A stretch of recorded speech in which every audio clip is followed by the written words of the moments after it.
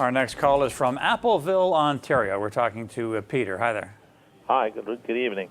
My question is about Chesapeake. Would you buy, hold, and if you hold it, what do you think it'll go up to? I'll listen to your commentary. Okay, thank you, Peter. Okay, well, Peter, I'll start out by saying we don't ever pick targets.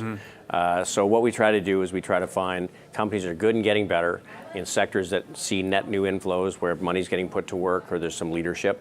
And I would say that energy in the U.S.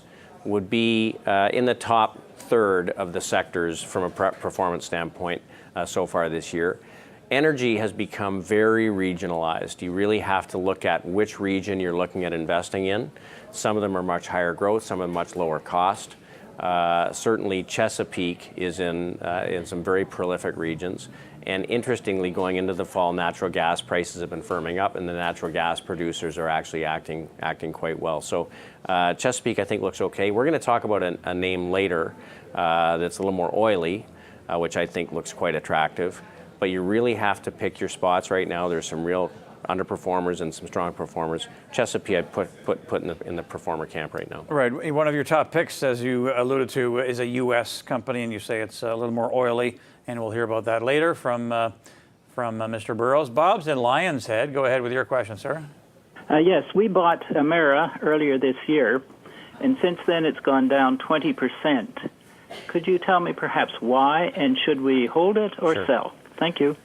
So, Bob, understand that it's interesting. In the last month or so, I've been out doing a number of meetings with private investors, and it's interesting. People who bought bonds over the last year are looking at them saying, "Hey, how am I losing money in bonds?" And a lot of people who have owned utilities are looking at them say, "How did I lose money? And this is supposed to be safe and conservative." And the problem is when bond yields go up, prices go down, and it's the same thing for utilities. And I'd love to say it's something unique in Emera, but as a group, this group has really come under some pressure as people have looked for things that can offset a rising rate environment, and utilities have not been the case. Now, I can make a case why it is that 3% should be sort of the upper end of the range for yields on a 10-year bond over the near term, and so probably a lot of that damage has been done. And if you own it for a dividend, then you're probably not too bad off. But I think there's better groups to be in right now that would give you yield plus maybe a little growth in the yield that you're not going to get in utilities. Okay, thanks for that, Bob. Moving along to Corey in Vancouver. Hi, Corey. Thanks for taking my call, Sure. gentlemen. Is Ford Motor over 3 years a strong hold?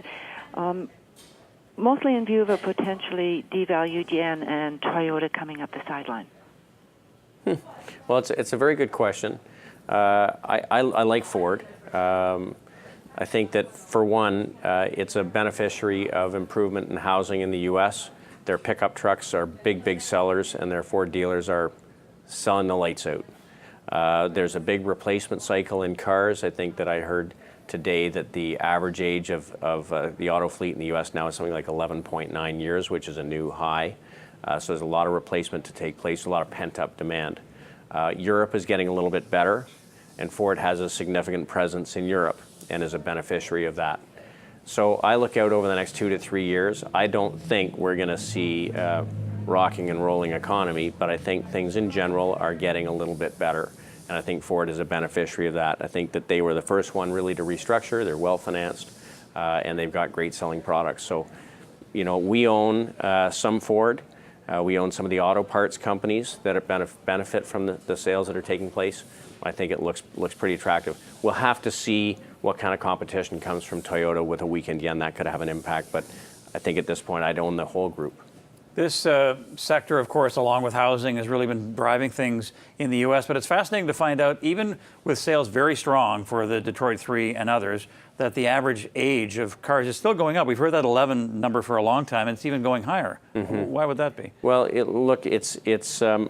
think that when people talk about the U.S. economy improving, yes, it's improving, but at the margin. It's 1.8% GDP growth is not robust, and it's not where it should be this point in the cycle.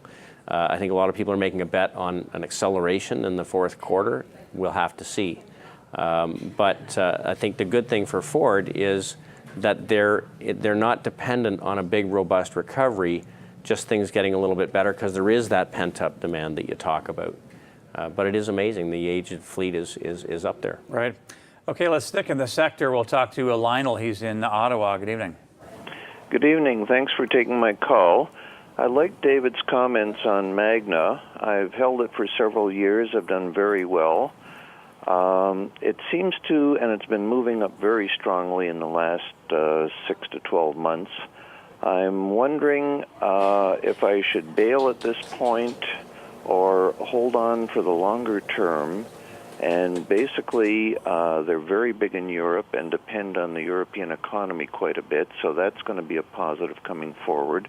And certainly the North American market, as you indicated with your last caller, is looking, there's a lot of pent-up demand. Lionel, let me ask you, what's your average cost here with Magna, roughly? Way back in the 40s, the mid-40s. Good for you. Good for you. Well done. Okay, we'll get David's response here. Sure. Well, Lionel, look, this is a big holding for us, and I've used it a couple times as a pick over the course of this year. This is a great way to participate in the auto cycle. Magna has content really across the range of brands, across the globe. And so when you look at the business, it's got no debt. They've got about a 6% cash flow yield, so it's generating good profitability. Europe has been a challenge, as it has for many, but Europe's getting a little bit better. And actually, I would say they are doing a better job in Europe without Europe getting better. So I like this. Now, how long will this cycle go on? I don't know, but it looks to me like there are some legs in it, and Magna is not an expensive company. So, as we do it, we hold them as long as they work. Mm-hmm. And if they works for another 3 years, we'll be there. But I think it's a great way to participate in global auto demand. So Lionel has a double. What would you say to him?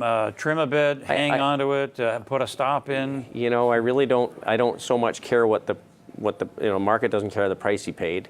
It's what's it worth today and what's it going to do going forward. So you want to make sure it's not too big a piece of the portfolio.